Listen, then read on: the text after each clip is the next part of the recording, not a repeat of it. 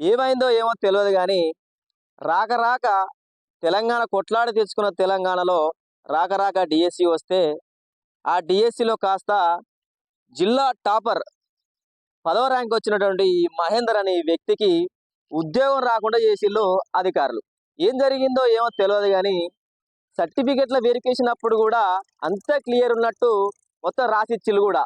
ఏది వరంగల్ జిల్లా డీఈఓ జ్ఞానేశ్వర్ మొత్తం రాసిచ్చినా గూడా, ఆఖరికి పైకి పంపించిన లెటర్‌లో ఈయన పేరు లేదు. ఎందుకు లేదని ఆరా తీస్తే, ఆ కారణం, ఈ కారణం అని చెప్పి 2, 3 నెలలుగా ఇతన్ని తిప్పించుకుంటున్నారు. ఏందో ఏమో గాని అసలు ఏం జరిగింది ఈ విషయంలో? ఈ మహేందర్‌నే ఒకసారి అడిగి తెలుసుకుందాం. చెప్పండి బ్రదర్, అసలు ఏం జరిగింది? మీరు డీఎస్సీలో రాక రాక వచ్చిన ఈ డీఎస్సీలో మీరు జిల్లా 10థ్ ర్యాంకర్. అసలు మీకు ఉద్యోగం రాకపోవడానికి కారణం ఏంది? ఫైనల్ వరకు పోయినట్టు తెలిసింది మాకు. దీనికి సంబంధించిన వార్తా కథనాలు కూడా చాలా చూసినాం. అసలు ఏం జరిగింది మొదటి నుంచి చెప్పు. సార్, నా పేరు మహేందర్, పాలకుర్తి మహేందర్. వరంగల్ జిల్లా ఖానాపూర్ మండలం నివాసిని. ఎస్టీ ఎరుకల జాతికి చెందిన వాడిని. స్పెషల్ డిఎస్సిలో స్పెషల్ ఎస్జిటి లో నేను డిఎస్సి రాశాను. రాసిన క్రమంలో జిల్లా 10th ర్యాంకర్గా నేను నియమితులైనాను.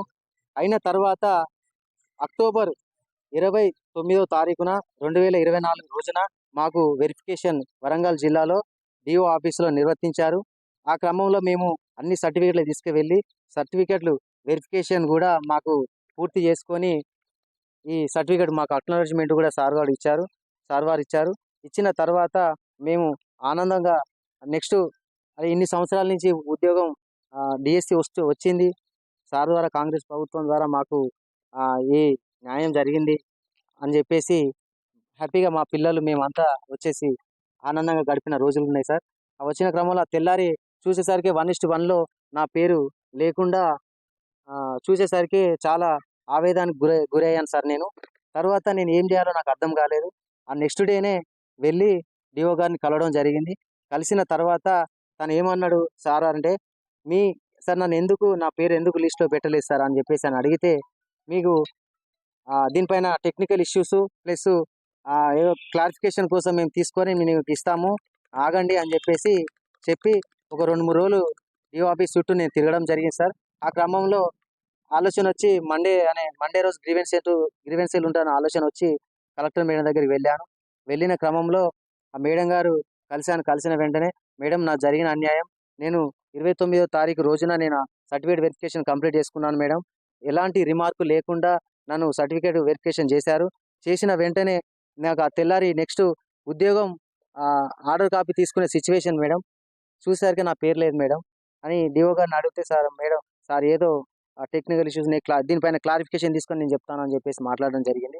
జరిగిన క్రమంలో మేడం దీనికి మీరే నాకు న్యాయం చేయాలి సార్ మేడం అని చెప్పేసి నేను మేడాన్ని వేడుకున్న తర్వాత మేడం డిఓ గారిని పిలిచి ఎందుకు ఆపేరు వీళ్ళను అని చెప్పేసి మాట్లాడడం జరిగింది. మాట్లాడిన తర్వాత మేడం ఈ స్టేట్ ఆఫీస్ నుంచి టెక్నికల్ ఇష్యూస్ ఏదో అని చెప్పేసి ఏదో మాట్లాడింది సార్. మాట్లాడిన తర్వాత ఇక్కడ దీన్ని చూసి 2-3 డేస్లో నాకు ఈ ఫైల్ పుటప్ చేసి మీరు దీన్ని పెట్టగలరా అని చెప్పేసి కలెక్టర్ మేడం డిఓ గారికి చెప్పడం జరిగింది. డిఓ గారు వెంటనే ఆ నెక్స్ట్ డేనే మళ్ళీ కలెక్టర్ మేడం గారు చెప్పారని చెప్పేసి ఆ నెక్స్ట్ డేనే నాకు మళ్ళీ స్పెషల్గా మళ్ళీ నా కోసం సార్ లెటర్ టైప్ చేసి స్టేట్ ఆఫీస్కి పంపించాను అని చెప్పేసి అన్నాడు. అన్న తర్వాత మళ్ళీ అది ఆ కాపీ మళ్ళీ కలెక్టర్ మేడం కూడా పంపించారని చెప్పేసి కూడా అన్నారు. ఇలా తిరుగుతున్న క్రమంలో డిఓ గారు లెటర్ పెట్టాము, మేము ఇస్తాము, వస్తుంది కంపల్సరీ, డిఓ వాళ్ళతో కూడా మాట్లాడాను, నీకు వస్తుంది అని చెప్పేసి 2 months నుంచి ఇలానే తిరుగుతూనే ఉన్నా సార్. డిఓ గారు ఇలానే చెప్తూనే ఉన్నారు. నేను మళ్ళీ ఆ స్టేట్ ఆఫీస్కి వెళ్ళడం ద్వారా అక్కడ వాళ్ళు రిక్రూట్మెంట్ అన్నీ అయిపోయినాయి, ఎందుకు వస్తున్నారు, ఎందుకు తిరుగుతున్నారు, మీరు వెళ్ళిపోండి అని చెప్పేసి మాట్లాడడం జరిగింది. జరిగిన క్రమంలో మళ్ళీ నేను ఇక్కడికి వచ్చాను. ఇక్కడికి వచ్చిన తర్వాత కలెక్టర్ మేడం కలిశాను. కలిసిన తర్వాత కలెక్టర్ మేడం గారు ఇతన్ని ఎందుకు పక్క పెట్టాము అనేది మీరు క్లారిఫికేషన్ ఇవ్వండి, ఇతనికి ఇస్తే తను అన్యాయం జరుగుతుంది, తను కోర్టు ద్వారాకైనా వెళ్ళి తన ఉద్యోగం సంపాదించుకున్నాడు అనే మాట మేడం గారు అన్నాడు. నువ్వు చేసిన కోర్స్ ఏంది అది? సార్, నేను చేసిన course diploma in early childhood special education in 1 year diploma with add on course, అంటే దీనికి అనుబంధ కోర్స్ అన్నట్టు సార్. ఇది బెంగళూరు యూనివర్సిటీలో చేసి వచ్చాము. చేసి వచ్చిన తర్వాత ఇది ఎవరైతే చేస్తారో ఈ డిఎస్సికి ఎలిజిబుల్ క్యాండిడేట్ సార్. సో ఈ ఈ ఈ కోర్సెస్ చేసిన వాళ్ళందరూ ఈ 33 జిల్లాలలో రిక్రూట్మెంట్ అయ్యి నా ఫ్రెండ్సే సార్ వాళ్ళు రిక్రూట్మెంట్ అయ్యి జాబ్స్ చేస్తున్నారు సార్ ప్రజెంట్. కానీ నాకు మాత్రం ఇక్కడ అన్యాయం జరుగుతుంది సార్. వాళ్ళు చెప్పిన ప్రధాన కారణం ఏముంటది? జాబ్ రాకపోవడానికి అధికారులు చెప్తున్న కారణం ఏంటని చెప్తారు? అయితే నేను డిఓ గారిని అడిగితే డిఓ గారు నాకు సరైన క్లారిఫికేషన్ ఇవ్వలేదు సార్. ఇవ్వలేదు. నేను స్టేట్ ఆఫీస్కి వెళ్ళిన క్రమంలో అక్కడ డైరెక్టర్ సార్ వాళ్ళు, అడిషనల్ డైరెక్టర్ వాళ్ళు చెప్పిన విషయం ఏంటంటే వాళ్ళు నా సర్టిఫికేట్స్ అడిషనల్ క్వాలిఫికేషన్ సర్టిఫికేట్ అనేది ఈ ఆర్సీఐలో యాడ్ అయి ఉండాలి అని. ఎప్పటికీ నీకు వెరిఫికేషన్ ఎప్పుడు 2029 అక్టోబర్న 2024 రోజున నీకు ఎప్పుడైతే వెరిఫికేషన్ జరిగిందో అప్పుడు ఈ యాడ్ ఆన్ కోర్స్ అనేది ఈ ఆర్సీఐ సర్టిఫికేట్లో యాడ్ అయి ఉంటే మాత్రమే నేను నీకు జాబ్స్ ఇస్తాను అని చెప్పేసి మాట్లాడడం జరిగింది సార్. అయితే అప్పటికి మాది ఈ యాడ్ ఆన్ కోర్స్ అనేది ఆన్లైన్లో ఎంటర్ అయి ఉన్నది సార్. అది మా తప్పు ఏం లేదు, యూనివర్సిటీ వాళ్ళ తప్పు. అది ఎప్పుడు వాళ్ళు ఆన్లైన్లోకి ఎక్కించారంటే మేము కాల్స్ చేస్తున్న సందర్భంలో ఎప్పుడు సెప్టెంబర్ 5వ తారీఖున ఆ యూనివర్సిటీ వాళ్ళు RCI reapplication council of India వాళ్ళు సెప్టెంబర్ 5వ తారీఖున 2024న వాళ్ళు ఆన్లైన్కి సబ్మిషన్ చేశారు సార్. అప్పుడు నేను ఆన్లైన్ అక్నాలజ్మెంట్ని నేను ప్రింట్అవుట్ తీసుకున్నాను.